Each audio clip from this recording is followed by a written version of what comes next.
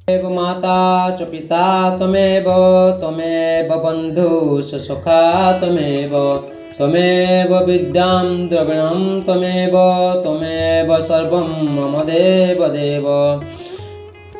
ओम भक्त भक्ति भगवंत गुरु चतुर्नाम वपुए इनके पद बंधन क्यों नास्त विघ्नानेक। ओम नमः भगवते वासुदेवाय।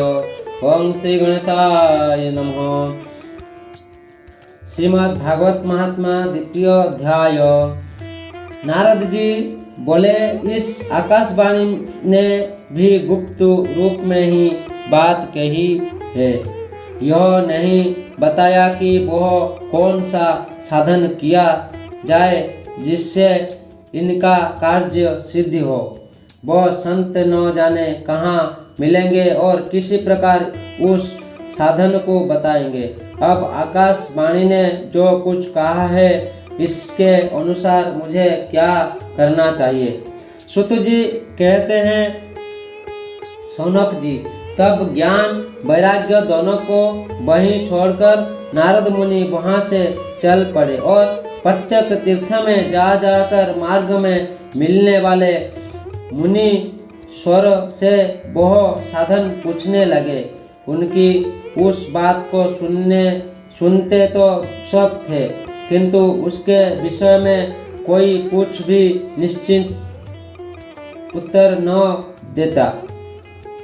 किन्होंने उसे असाध्य बताया, कोई बोले इसका ठीक ठीक पता लगना ही कठिन है, कोई सुनकर चुप रह गए और कोई तो अपनी अवज्ञा होने के भय से बातों को टाल टूल कर खिसक गए। त्रिलोकी में महान आश्चर्यजनक हाहाकार मच गया। लोग आपस में काना खुशी करने लगे। भाई, जब वेद ध्वनि, वेदांत घोष और बार बार गीता पाठ सुनने पर भी भक्ति, ज्ञान और वैराग्य ये तीनों नहीं जगाए जा सके, तब और कोई उपाय नहीं है। स्वयं योगीराज नारद को भी जिसका ज्ञान नहीं है उसे दूसरे संसारी लोग कैसे बता सकते हैं। इसी प्रकार जिन जिन ऋषियों से इनका विषय में पूछा गया, उन्होंने निर्णय करने यह कहा कि यह बात दुस्साध्य ही है। तब नारद जी बहुत चिंतातुर हुए और बद्री वन में आए। ज्ञान वैराग्य को जगाने के लिए वहाँ उन्होंने यह निश्चय किया कि मैं तप करूँगा। उसी समय उन्हें अपने सामने करोड़ों सूर्यों के समान तेजस्वी सनकादि मुनीश्वर दिखाई दी।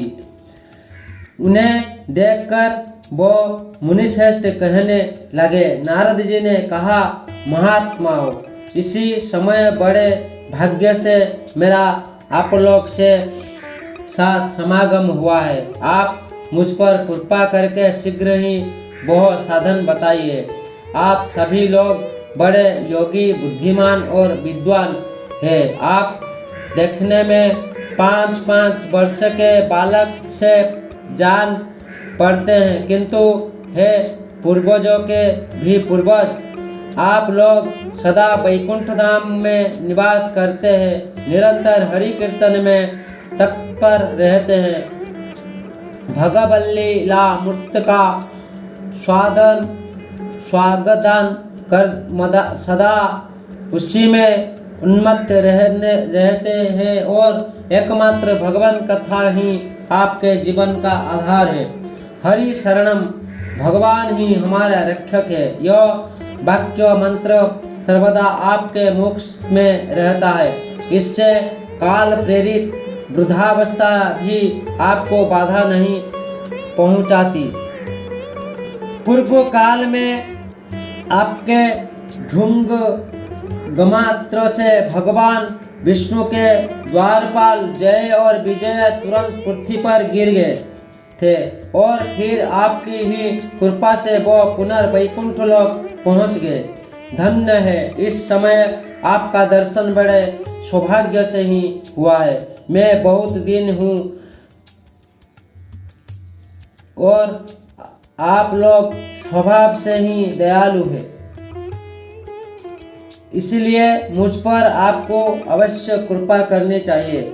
बताइए, आकाशवाणी ने जिसके विषय में कहा है वह कौन सा साधन है और मुझे किसी प्रकार उसका अनुष्ठान करना चाहिए। आप इसका विस्तार से वर्णन कीजिए। भक्ति, ज्ञान और वैराग्य को किसी प्रकार सुख मिल सकता है और किसी तरह उनकी प्रेम पूर्वक सब वर्णों में प्रतिष्ठा की जा सकती है।